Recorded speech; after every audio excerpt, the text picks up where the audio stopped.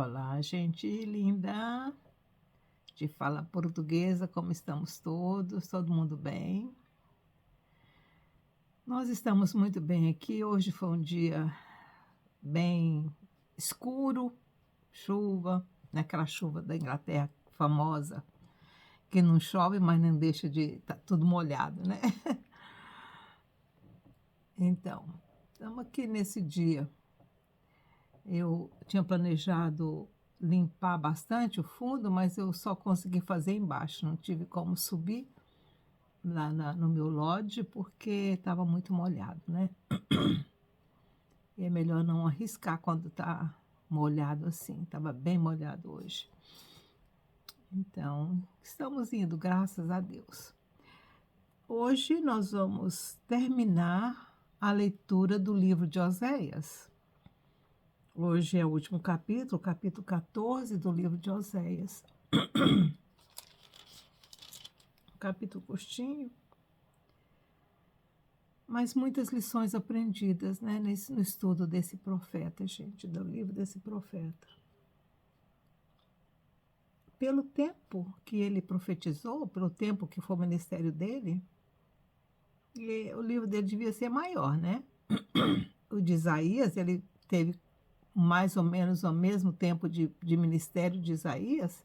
Ele deve ter, no mínimo, tido uns 50 anos de ministério, Oséias. Isaías teve 55 anos de ministério. Então, o livro de Oséias devia ser um pouco maior, né?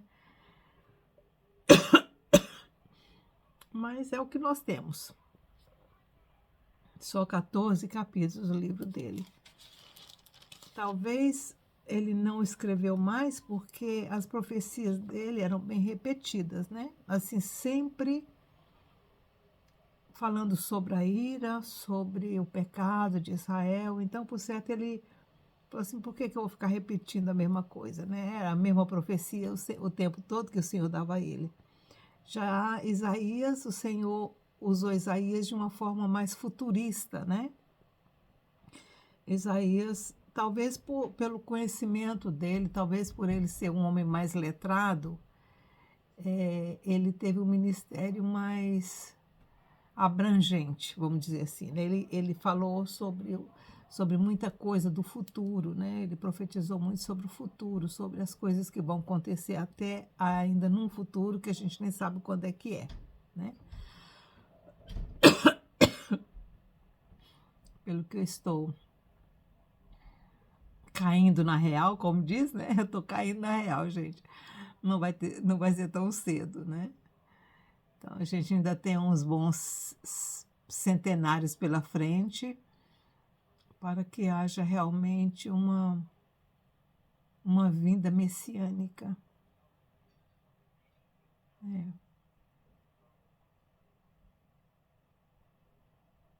Porque se o Messias viesse novamente, se Jesus de Nazaré viesse novamente, ele ia ser crucificado de novo, com certeza. Então, não estamos preparados para uma era messiânica ainda.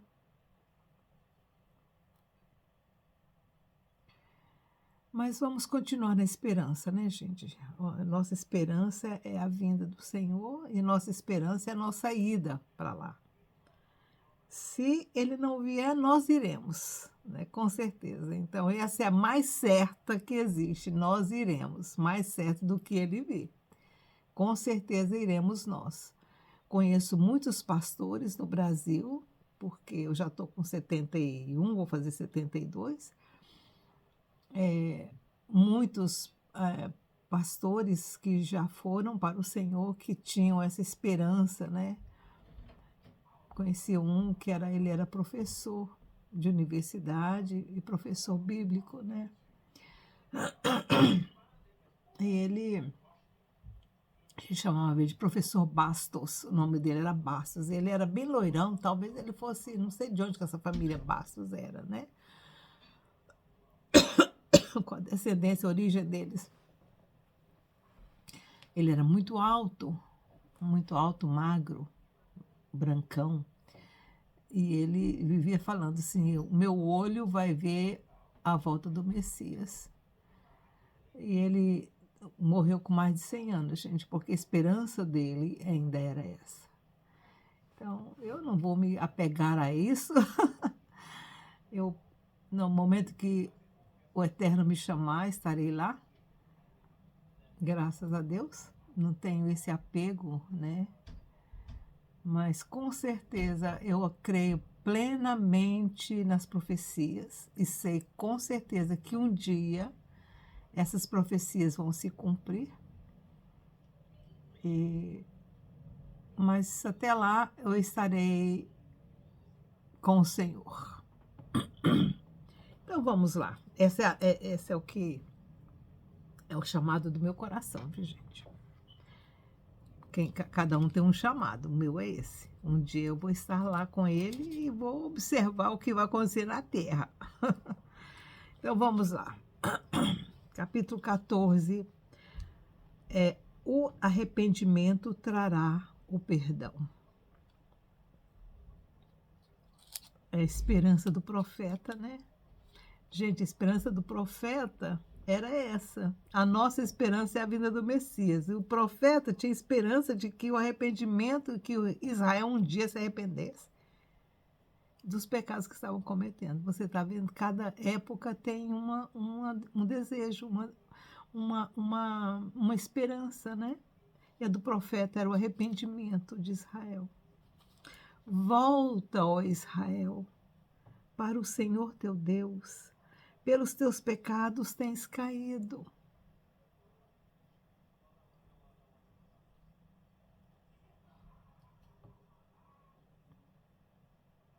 Eu sinto muito pelo profeta Oséias, porque Israel não voltou, Israel foi destruído.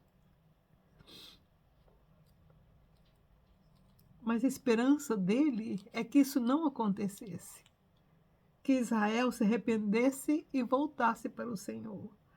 Tomai convosco palavras e voltai para o Senhor. Dizei-lhe, perdoa toda a nossa iniquidade, porque o profeta sabia que se Israel se arrependesse, o Senhor voltaria e não destruiria, como ele fez com Nínive. Quando Jonas pregou em Nínive e se converteu, a praga que o Senhor ia trazer sobre Nínive naquela época não aconteceu. Depois, anos depois, é que Nínive foi tomada, né? Por Nabucodonosor, mas na época de Jonas, eles se arrependeram, e era essa esperança que Oséias tinha, de que Israel se arrependesse, o Senhor tornasse atrás da palavra que estava dizendo através dele mesmo. Ele nem se importava em que dissessem depois que ele era um profeta que era falso, né? Que não tinha acontecido, mas é porque a esperança dele é que Israel se convertesse, se voltasse para o Senhor e se arrependesse dos seus pecados, o que não aconteceu.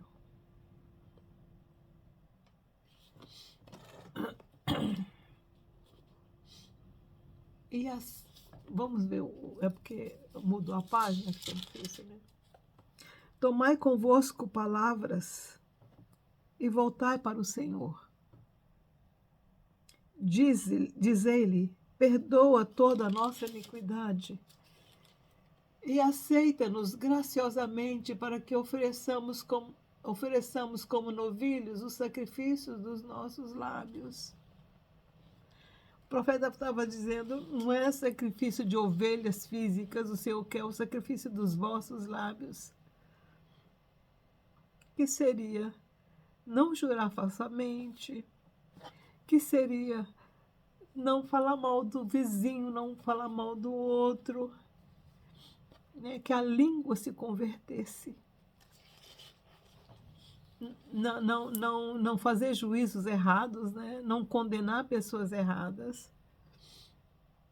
Não nos salvará a Assíria. O profeta estava dizendo, gente, não nos salvará a Síria, não iremos montados em cavalos. E a obra das nossas mãos não diremos mais, tu és o nosso Deus, porque por ti o órfão alcançará misericórdia. profeta estava dizendo, gente, não confia na Síria. Vamos confiar no Senhor nosso Deus. Porque o povo estava pensando, não, eu vou fazer conchavo com a Síria, e aí ele vai vir e não vai nos destruir. E aí a gente pode até ir na Síria, mas de cavalo, vamos cavalgando, né? A esperança deles. É. Mas eles não fizeram isso, né? A obra das nossas mãos não dire... E a obra das nossas mãos, quer dizer, as estátuas, né? Aos altares que eles que eles ergueram, né? Os altares que eles ergueram, o bezerro de ouro que eles fizeram, os outros ídolos que eles levantaram, né? Lá em Israel. E ele disse que eles nunca mais fariam isso. Bem, era a esperança do profeta que eles fizessem isso, né, gente? Mas eles não fizeram. Aí o Senhor disse: eu sararei a sua apostasia, eu voluntariamente os amarei, porque a minha ira se apartou deles. Gente, desculpa, eu estou me emocionando, porque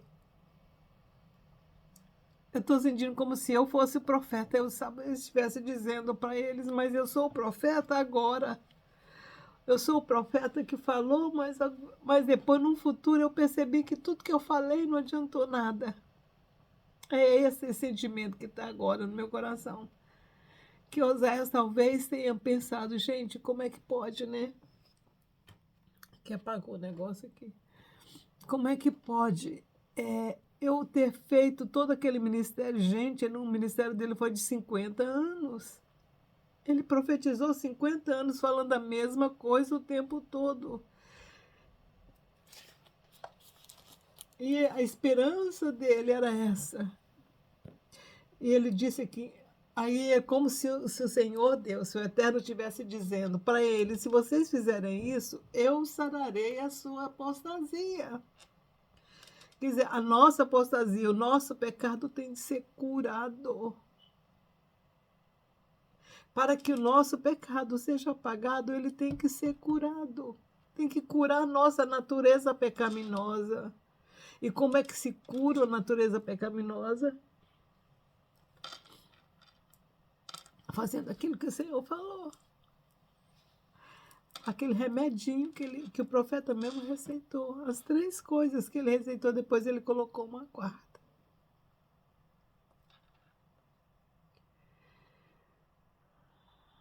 Porque eu sararei a sua apostasia, eu voluntariamente os amarei. Gente, não é fácil. Eu vou ligar essa luzinha aqui que ela apagou, porque eu tinha... Porque a minha ira se apartou deles. Eu serei para Israel como orvalho. Ele florescerá como lírio e espalhará suas raízes como o cedro do Líbano. Estender-se-ão os seus ramos, e a sua glória será como a da oliveira, e o seu ardor como um cedro do Líbano. Voltarão a habitar na sua sombra, serão vivificados como o trigo, e florescerão como a vide, e a sua memória será como o vinho do Líbano. Ó Efraim, que mais tenho eu com os ídolos? Eu te ouvirei e cuidarei de ti. Eu sou como o cipreste verde, de mim vem o teu fruto. Ai, gente, desculpa, viu, mas a misericórdia de Deus é tão grande, a gente fica tão rebelde.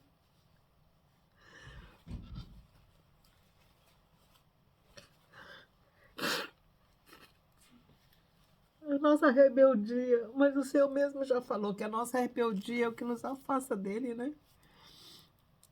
Olha que a promessa que ele faz. A promessa que o Eterno faz para Efraim. Efraim que fez tudo errado. Efraim que sacrificou os seus próprios filhos nos montes para deuses estranhos. O Senhor diz: ó Efraim, que mais tenho eu com os ídolos? O que eu tenho com os ídolos, Efraim? Eu não tenho nada com ídolos. Eu nunca exigi que você sacrificasse os seus filhos. Eu nunca pedi que você fizesse bezerros, eu nunca pedi isso de vocês. A única coisa que eu pedi de vocês, Efraim, é que vocês fossem justos, que vocês amassem o Senhor Deus de todo o coração, de todo o entendimento, que você amasse o seu próximo como você mesmo e que você prestasse louvor ao invés de choro. Ó Efraim, que mais eu tenho com os ídolos? Eu te ouvirei e cuidarei de ti. Eu sou como cipreste verde. De mim vem o teu fruto. Quem é sábio para que entenda essas coisas e prudente para que as saiba? Os caminhos do Senhor são retos. Os justos andam neles, mas os transgressores neles tropeçam. E assim termina o livro do profeta Oséias. Olha a esperança que esse profeta tinha.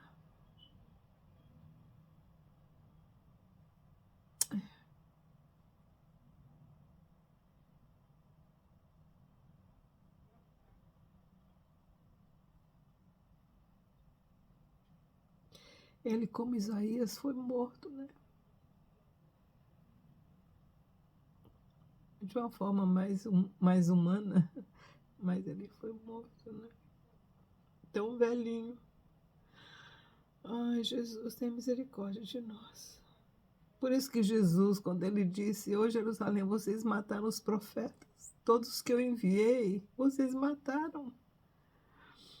E ele disse, quando ele estava indo para Jerusalém, ele sabia que ia morrer, ele disse que um profeta que morre fora de Jerusalém morre sem honra.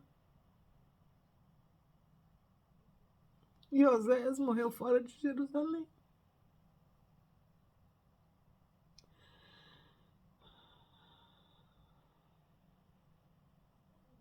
Aliás, não foi só ele que morreu fora de Jerusalém, não, né? Outros morreram também fora de Jerusalém, como que nós vamos estudar, começar a estudar amanhã, o Amós.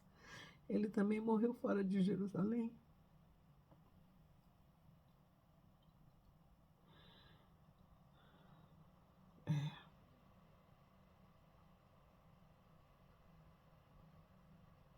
Mas a promessa está aqui, né, gente? A promessa está aqui. E qual foi a promessa que ele deixou aqui no final? Eu serei para Israel como orvalho, ele florescerá como o lírio e espalhará suas raízes como o cedro do Líbano. Estender-se-ão os seus ramos, e a sua glória será como a da oliveira, e seu odor como o cedro do Líbano. Voltarão a habitar na sua sombra, serão vivificados como o trigo, e florescerão como a vide, e a sua memória será como o vinho do Líbano.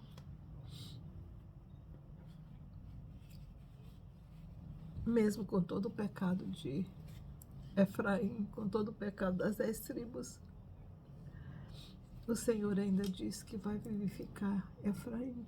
E as promessas que ele tem de juntar as 12 tribos novamente é muito grande.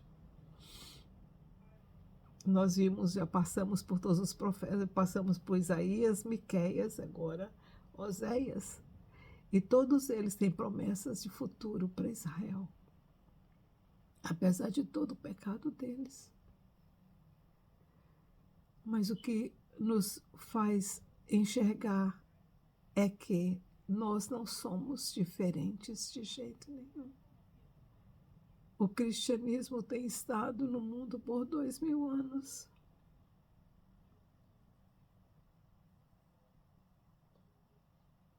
Por 2000 anos.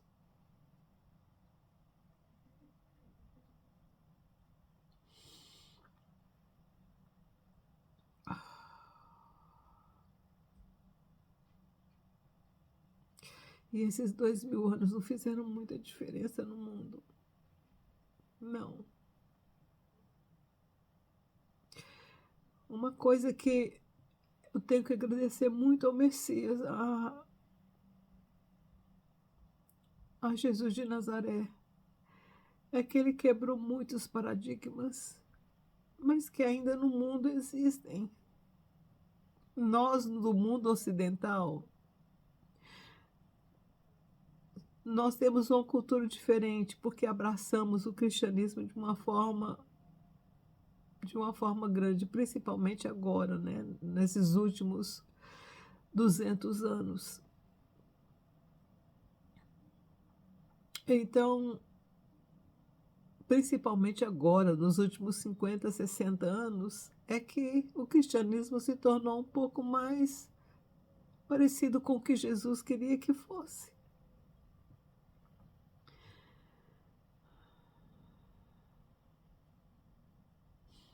A mulher está se libertando devagarzinho, mesmo que só no Ocidente, gente, porque no Oriente a mulher continua escrava da mesma forma. O islamismo escraviza a mulher.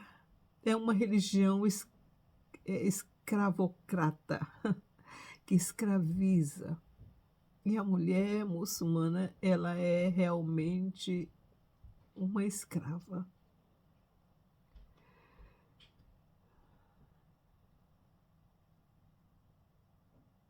Na China, a mulher é mais liberada, ela trabalha, né?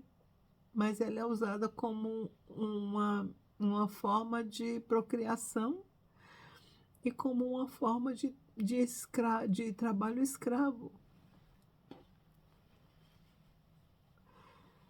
Aquelas fábricas usam muitas mulheres, porque a gente é mais resiliente, a gente, quando pega uma coisa, a gente vai até o final, né?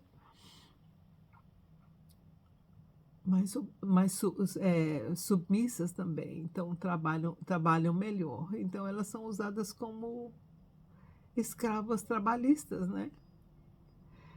E na Índia, a mulher é desrespeitada de uma forma incrível, viu, gente? Principalmente, é uma cultura muito difícil de ser entendida, viu? Muito difícil de ser entendida. Eu trabalhei bastante com indianos e eu sei como é que eles são. São bem depravados. O índice é, o índice de abuso com meninas pelos próprios parentes é muito grande na cultura indiana, muito grande.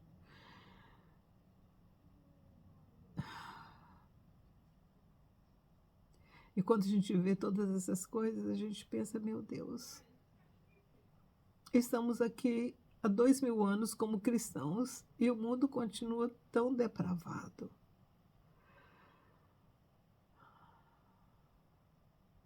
E um país que é considerado, que era considerado, agora não é mais, né, gente? Porque não tem como ser uma pátria do Evangelho, que mandava missionários, né, para o mundo todo. Está na situação que está. Mas é uma guerra espiritual, porque o lado oposto sabe do que o Brasil é capaz de fazer pelo mundo. E ele está tentando impedir isso. Então, o que nós temos que fazer como cristãos é continuar como Oséias. Continuar falando, continuar pregando, continuar orando, pedindo a misericórdia de Deus, né? E tendo a esperança. E tendo a esperança. Mesmo com toda a idolatria, com todo o pecado, ele ainda tinha esperança e falava: eu sararei a sua apostasia, eu voluntariamente os amarei. É essa esperança que Oséias tinha, que nós também temos, de que na misericórdia do Senhor Ele vai atuar no momento certo, mas Ele vai atuar no Brasil e no mundo. Ai, que o Senhor nos guarde e nos abençoe. Que o Senhor tenha esse profeta maravilhoso e tão sofrido nas mãos dele. Que Oséias esteja tendo um lugar especial entre os anciãos que habitam a eternidade, né? Que ele seja um dos anciãos que estão lá aos pés do Cordeiro suplicando, não só por Israel, mas por todos nós, né? Que o Senhor nos abençoe e nos guarde. Tenha uma boa tarde. Aí, desculpe essa emoção total, mas é, esses profetas têm o poder de machucar o coração da dona Miriam. Que o Senhor te abençoe e te guarde. Amanhã vamos começar a estudar Amós. Ai, Jesus, vou chorar muito estudando Amós também, viu, gente? Porque a história dele é... Ai, só Deus no comando. Tenha uma boa tarde no Brasil. Tchau, tchau.